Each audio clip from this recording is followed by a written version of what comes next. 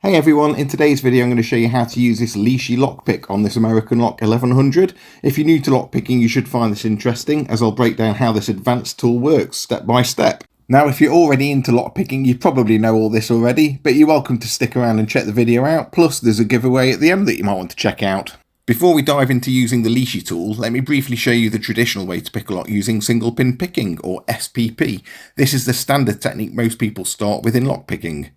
With SPP, you use one tool to apply tension to the core, and then with the other pick, you pick each pin individually. And there we go, the lock is open using SPP. Let's see how the Lishi method differs.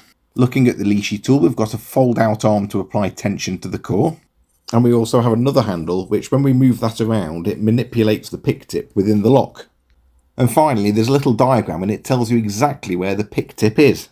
This makes picking really easy, so let's give it a go.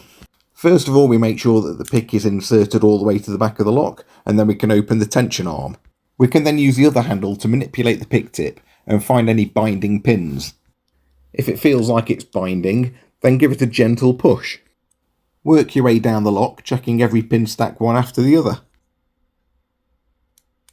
Once you reach the end, just start going back through the pin stacks in the other direction.